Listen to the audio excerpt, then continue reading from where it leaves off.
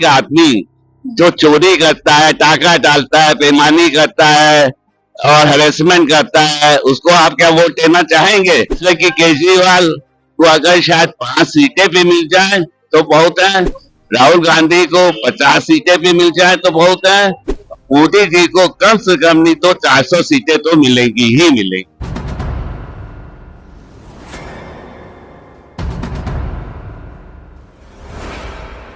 22nd of January, the inauguration of Hanuman Mandir and international and all over India, कोई ऐसा इंसान नहीं था जो कि अयोध्या में उस समय मौजूद ना हो, चाहे कोई कहीं का प्राइम मिनिस्टर हो, चाहे कोई करोड़पति हो, अरबपति हो, चाहे फिल्म स्टार्स हो, सारे लोग मौजूद थे। सिर्फ एक बंदा मौजूद नहीं था, उसका नाम है राहुल गांधी।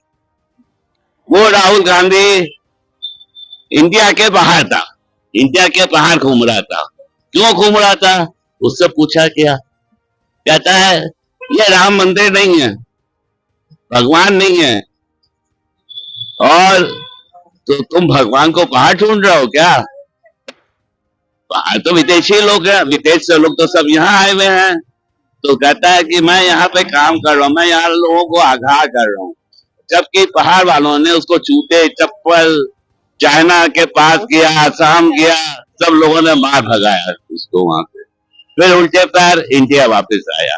आज उसका ये हाल है, वो कभी इधर भागता है, कभी इधर भागता है, और एक एक करके कम से कम नहीं तो 300-400 लोग कांग्रेस से अलग हो गए, और ये 5 की पल्ली लिए कभी इधर भागता है, कभी उधर भागता है, कभी इधर चक्कर लगाता है, मगर कहीं सक्सेसफुल नहीं होता है। दूसरे आपके केजरीवाल पिछले 5 साल से पहले तो सही चल रहे थे, मगर अब की इस बार पता नहीं क्या हुआ कि वो उल्टा कच्चा खा गए, और उल्टा कच्चा वो ऐसा खा गए कि उन्होंने ऐसे ऐसे कर्म किए कि उनको जेल की हवा खानी पड़ी।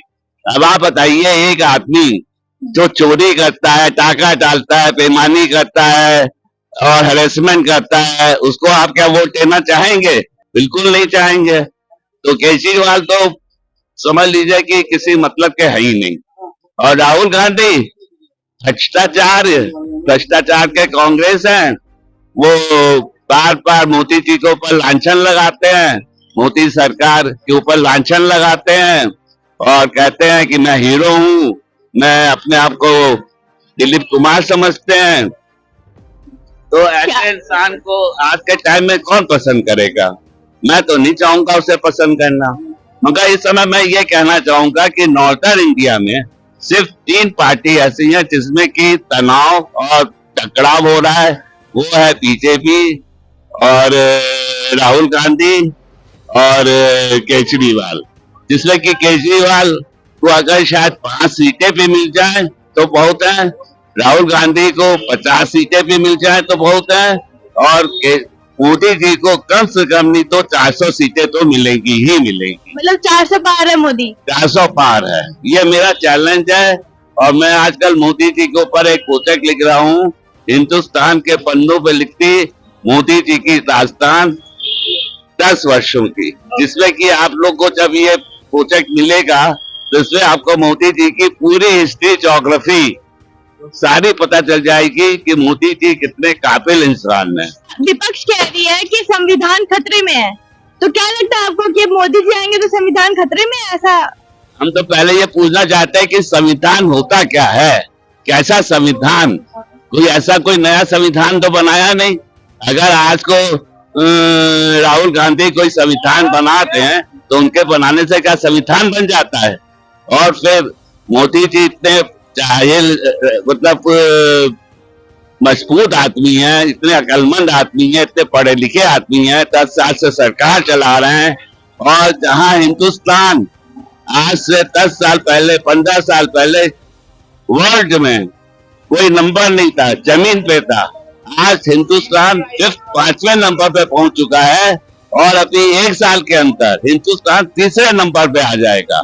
आज अमेरिका, रशिया और बाहर के देशों में हिंदुस्तान की जो इज्जत है, जो हिंदुस्तान की वैल्यू है, वो आज से पहले कभी थी ही नहीं। कोई कहाँ से आए हो? इंडिया से आए हो, कोई पूछता नहीं था। आज अगर आप इंडिया से बाहर जाते हैं, कोई पूछता है कहाँ से आए हो? इंडिया से। अरे you are the great man, you are most welcome, आपका अच्छी तरह से वेलकम किया जाता है, आज आपकी इज्जत है। ये सब किसने बनाई? मोदी जी ने। तो क्या आप चाहेंगे कि आप मोदी जी को वोट ना दे के आप दूसरे उल्टे सीधे लोगों को वोट दें? तो जिससे कि देश बिल्कुल जो आज ऊपर उठा है और 10 साल पहले वाला देश फिर जमीन पे आ जाए। राहुल गांधी गरीबी हटाएंगे। राहुल गांधी से ये पूछो, पहले वो अपनी अमीरी तो हटाएं। इतने करोड़ों अरबों रुपया जो उन्होंने लूट के रखा है पर लोगों का, जनता का और सब कुछ, वो पैसा कहाँ है? वो गरीबी क्या हटाएंगे?